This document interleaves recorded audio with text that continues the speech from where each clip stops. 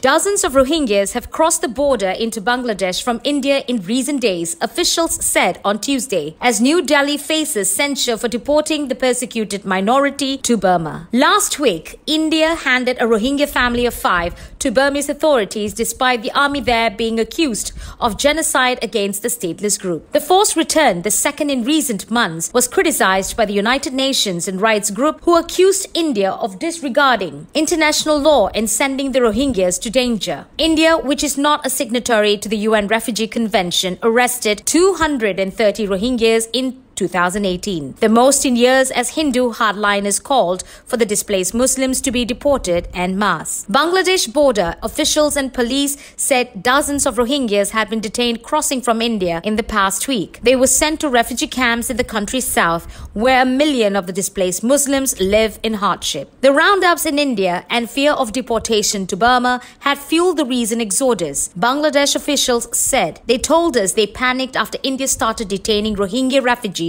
and deporting them to Myanmar, said Shah Jahan Kabir, a police chief in the eastern Bangladeshi border town of Brahmapara. He told AFP that 17 Rohingyas were detained last Thursday after crossing into Bangladesh, followed by 31 at a different border point. Most had been living in India for up to 6 years, Kabir added. In Cox's Bazar, a border district where some 720,000 Rohingyas have sought refuge from Myanmar army crackdown in August 2017, local officials said at least 57 had arrived in recent days. Dozens of Rohingyas were also deported from Saudi Arabia to Bangladesh at this weekend. Indian officials say around 40,000 Rohingyas are living in India. The United Nations Refugee Agency says around 18,000 Rohingyas are registered with the UNHCR.